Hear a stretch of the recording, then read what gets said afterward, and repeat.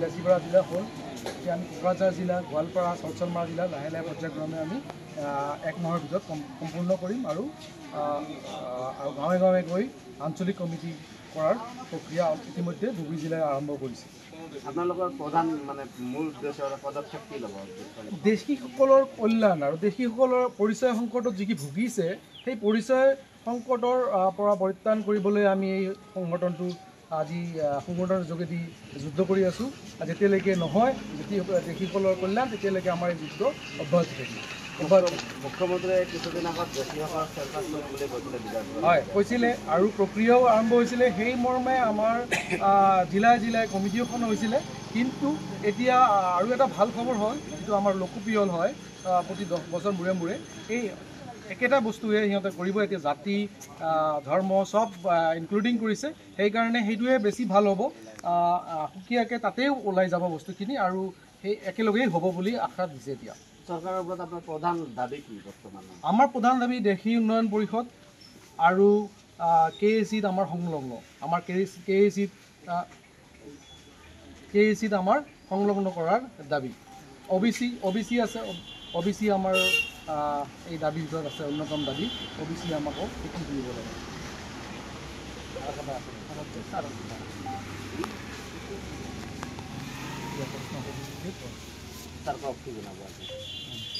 আজি কলিতা সন্মিলনী সফলত সদৌ দেশী জাতীয় পৰিষদৰ বৃহস্পতিবাৰ জিলা সমিতি গঠন কৰা হ'ল। এই সদৌ দেশী জাতীয় পৰিষদৰ যিটো মূল লক্ষ্য আৰু উদ্দেশ্য আপোনালোকে সকলোৱে জানিব। সদৌ অসম ভিত্তিত সদৌ অসম গৰিয়ামৰীয়া দেশী জাতীয় পৰিষদ নামেৰে এটা সংগঠন আছে। আমি সেই সংগঠনেৰে আমাৰ পৰিচয় আৰু আমাৰ অধিকাৰ প্ৰাপ্যৰ বাবে আমি চেষ্টা কৰিছিলোঁ। কিন্তু এটা সময়ত গৈ সংগঠনটো দুভাগত বিভক্ত হ'ল। এটা ভাগে গৈ পেলাই গৰিয়া পৰিষদ গঠন কৰিলে আৰু দেশীসকলৰ মাজতো হয়তো বেলেগ সংগঠন আছে। কিন্তু আমাৰ মূল কথা হৈছে এই অঞ্চলৰ অবিভক্ত গোৱালপাৰা জিলাত আমাৰ দেশীসকলৰ যি ৰাজনৈতিক, অৰ্থনৈতিক আৰু সাংস্কৃতিক যি পৰিচয় সংকট হৈ আছে। আমাৰ ৰাজনৈতিক অধিকাৰ আমি পোৱা নাই। ৰাজনৈতিকভাৱে আমাৰ কোনো অধিকাৰ নাই। আমি এতিয়ালৈকে আমাৰ কাৰণে আসন সংৰক্ষণ কৰা নাই বা আমাৰ কোনো সংৰক্ষণৰ ব্যৱস্থাও কৰা নাই। আচলতে আমাৰ নিচিনা দেশীসকলৰ নিচিনাই বংগত, উত্তৰ বংগত যি দেশীসকল আছে তেওঁলোকক দেশী বুলি কয়, নৰ্থ চেক বুলি। কিন্তু তেওঁলোক OBCৰ আন্দোলন আৰু OBCৰ অন্তৰ্ভুক্ত।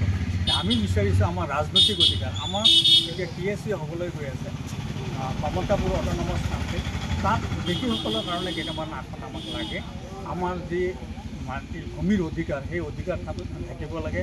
আমাৰ প্ৰটেক্টেড ক্লাছ বুলি আমাক পৰিচয় কৰি দিব লাগে বা আমাৰ কাৰণে ব্যৱস্থা কৰিব লাগে। আৰু আমাৰ শিক্ষা দীক্ষা এই বিষয়বিলাকত আৰু চাকৰি বাকৰি সংস্থাপনৰ ক্ষেত্ৰত আমাক কিবা এটা সুবিধা কৰি দিব লাগে। থুলমূলকৈ এইখিনিয়ে আমাৰ লক্ষ্য উদ্দেশ্য আৰু এই উদ্দেশ্যৰে আমাৰ আজি সদৌ দেশী জাতীয় পৰিষদৰ বৃহস্পতিবাৰ জিলা কমিটি গঠন কৰা হ'ল। প্ৰথমে সদৌ দেশী জাতীয় পৰিষদৰ মোৰ সতীৰ্থবিন্দু আৰু সংগ্ৰামী সত্তাসমূহ মই আন্তৰিক শুভেচ্ছা জনাইছোঁ। দেশী জাতীয় পৰিষদৰ বৃহস্পতিবাৰ জিলা সমিতিত ইমান এটা গুৰু দায়িত্ব মোৰ হাতত অৰ্পণ কৰিছে।